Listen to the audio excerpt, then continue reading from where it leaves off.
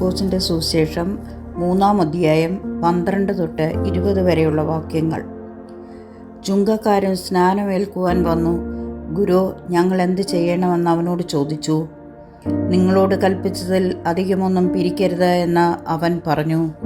പടയാളികൾ അവനോട് ഞങ്ങൾ എന്ത് ചെയ്യണമെന്ന് ചോദിച്ചതിന്, ആരെയും ബലാത്കാരം ചെയ്യാതെയും ചതിയായി ഒന്നും വാങ്ങാതെയും നിങ്ങളുടെ ശമ്പളം മതിയെന്ന് വെക്കുവേൻ എന്ന് അവരോട് പറഞ്ഞു. ജനം കാത്തുനിന്നു.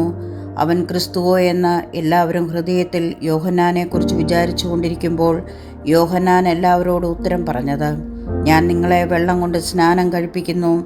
എന്നാൽ എന്നിലും ബലവാനായവൻ വരുന്നു. അവൻ്റെ ചെരുപ്പിൻ്റെ വാർ അഴിക്കുവാൻ ഞാൻ യോഗ്യനല്ല. അവൻ നിങ്ങളെ പരിശുദ്ധാത്മാവ് കൊണ്ടും തീ കൊണ്ടും സ്നാനം കഴിപ്പിക്കും. അവന് വീശുമുറം കയ്യിലുണ്ട്.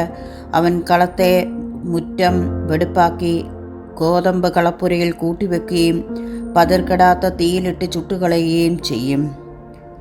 മറ്റു പലതും അവൻ പ്രബോധിച്ചുകൊണ്ട് ജനത്തോട് സുവിശേഷം അറിയിച്ചു.